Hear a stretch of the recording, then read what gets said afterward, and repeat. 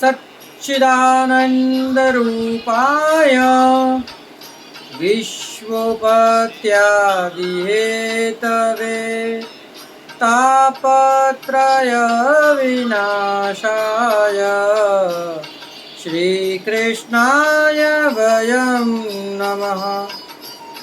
पुष्टिमार्गीय सर्वज्ञ करुणारसपूरितः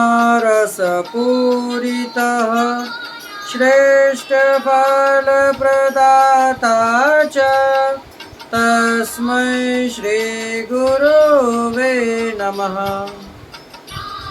जय श्री कृष्णा। राधे राधे प्रियजनों, दास का प्रणाम स्वीकार करें। साथ साथ आज देवउठनी एकादशी और तुलसी विवाह की आप सभी को खूब खूब मंगल में बधाई एवं शुभकामनाएं।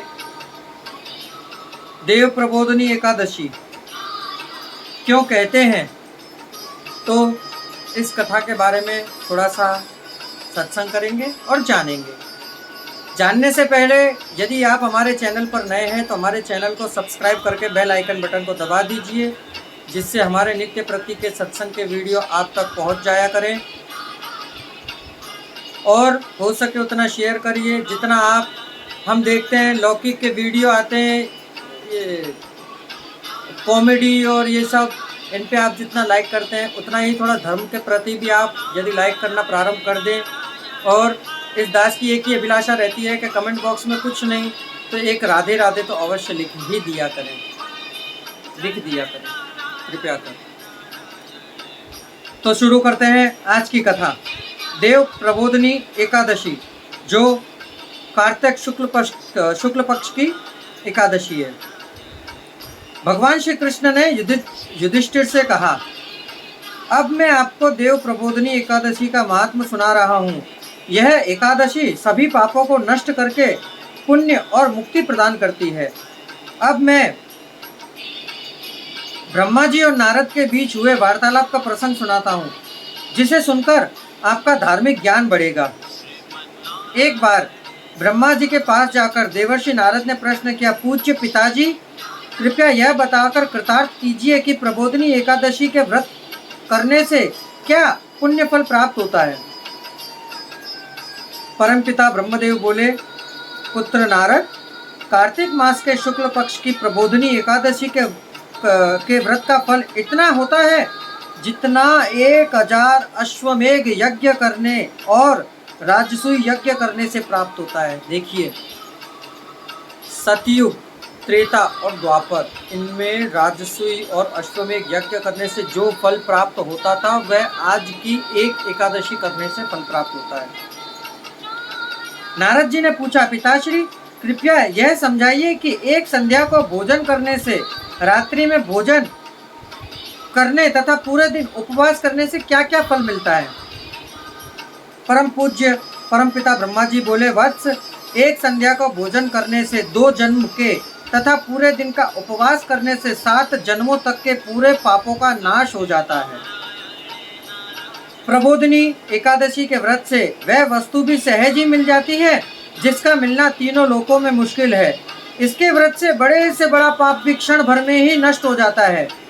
पूर्व जन्मों के लिए अनेक बुरे कर्मों को नष्ट करने में यह व्रत एक क्षण की भी देरी नहीं करता। जो लोग अपने स्वभाव के अनुसार विधि विधान से प्रबोधनी एकादशी का व्रत करते हैं, उन्हें उनकी इच्छा अनुसार पूरे फल का प्राप्त हो जाता है। जो लोग श्रद्धा के साथ इस दिन थोड़ा सा भी पुण्य करते हैं, उनका यह पुण्य पर्वत के समान स्थिर हो जाता है, कभी नष्ट नहीं होता। जो लोग केवल मन में ही ध्यान कर लेते हैं कि मैं प्रबोधनी एकादशी का व्रत करूंगा, उनके भी 100 जन्मों के पाप नष्ट हो जाते हैं। जो लोग प्रबोधनी एकादशी को रात्रि जागरण करते हैं, उनकी बीती हुई तथा आने वाली 10 पीढ़ियां विष्णु लोक में निवास करती हैं और नरक के अनेक दुख भोगते हुए उनके पितर विष्णु लोक में जाकर सुखी हो जाते हैं। प्रबोधनी एकादशी में रात्रि जागरण से ब्रह्म हत्या जैसे जघन्य पाप जैसे नष्ट हो जाते हैं।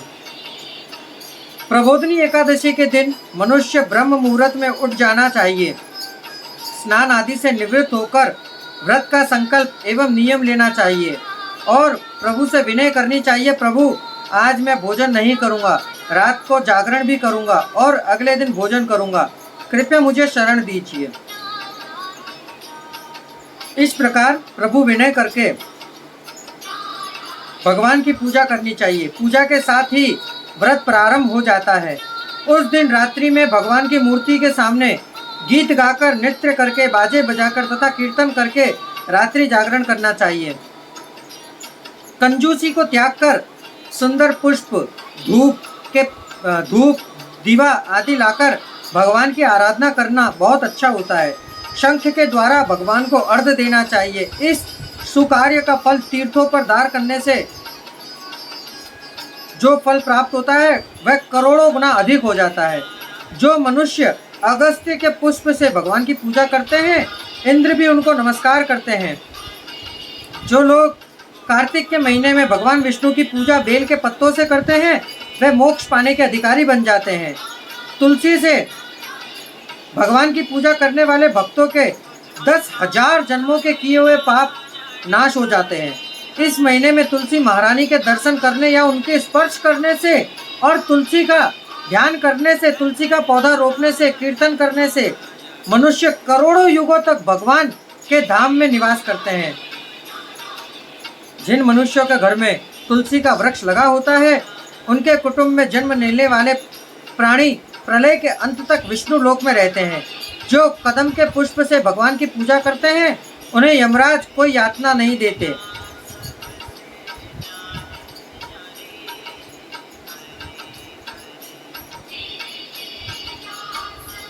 दुर्वा दल से पूजा करने पर अन्य पूजाओं की अपेक्षा 100 गुना अधिक फल मिलता है।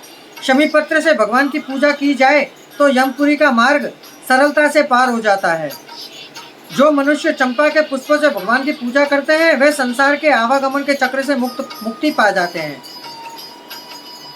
जो मनुष्य सोने का केतकी का पुष्प बनाकर भगवान पर चढ़ाते हैं, उनके करोड़ों जन्मों के पाप नाश हो जाते हैं।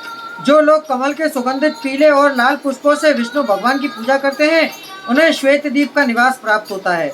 रात्रि में भगवान की पूजा करके प्रातः काल नदी के शुद्ध जल में स्नान करके भगवान की प्रार्थना करते हुए घर आकर भगवान की पूजा करते हैं। फिर ब्राह्मणों को सम्मान के साथ भोजन करा के दक्षिणा देकर संतुष्ट करते हैं। इसके बाद गुरु की पूजा करें। उन्हें दक्षिणा देकर नियम छोड़ देना चाहिए। जो मनुष्य कार्तिक मास में रात्रि स्नान करते हैं और उन्हें दही और शहद का दान करना चाहिए। जो मनुष्य किसी फल की इच्छा करते हैं, उन्हें फल दान करना चाहिए। घी, दूध और चावल का दान इस दिन करना चाहिए। जो लोग भूमि पर सोते हैं, उन्हें सब वस्तुओं सहित शैया दान करनी चाहिए। जो लोग मौन व्रत रखते हैं, उन्हें स्वर्ण और तिल का दान करना उचित है। जो लोग कार्तिक के महीने में जूते नहीं पहनते, उन्हें जूतों का दान करना उचित है। जो लोग इस महीने में नमक का सेवन नहीं करते, उन्हें शक्कर या चीनी का दान करना कहा गया है। जो लोग प्रतिदिन मंदिर में दीपक जलाते हैं, उन्हें सोने या चांदी के दीपक में घी और बत्ती डालकर दान करना चाहिए। जो लोग चातुर्मास व्रत में किसी वस्तु का त्याग कर देते हैं, इस दिन से वे उन वस्तुओं का प्रयोग पुनः आरंभ कर सकते हैं। जो लोग विधि पूर्वक प्रबोधिनी एकादशी का व्रत करते हैं, उन्हें मिलने वाले सुख का कभी अंत नहीं होता। सुख पूर्वक जीवन बिताकर अंत में वे स्वर्ग में चले जाते हैं। जो लोग चातुर्मास व्रत को पूरे करते हैं, उन्हें फिर संसार में जन्म लेकर दुख नहीं भोगने पड़ते। देव प्रबोधिनी एकादशी के व्रत में विष्णु भगवान का पूजन करने से, पुष्कर आदि तीर्थों में स्नान करने से जो फल प्राप्त होता है, वह सहज ही प्राप्त हो जाता है। प्रियजनों, ये थी देव प्रबोधिनी एकादशी की कथा। आपको जो श्रवण करना हो इसमें श्रवण करें और आज के दिन दान अवश्य करें। हम स्वयं ब्राह्मण हैं, हम भी दान करते हैं। दान करने से धन घटता नहीं है, बढ़ता है, ये याद रखिए। इसलिए दान, और आपके मन में जिस ब्राह्मण के प्रति भावना हो उसे दान करिए। हम ये नहीं कहते कि हमें करिए, हमें दान करने की आवश्यकता भी नहीं है, क्योंकि हमें देने वाला 1000 रात का धनी है जो हमारे मस्तक पर श्री मदन मोहन लाल जी विराज रहे हैं। इसलिए एकादशी के दिन दान अवश्य करें और प्रभु की भक्ति अवश्य करें। जय श्री कृष्ण, राधे राधे।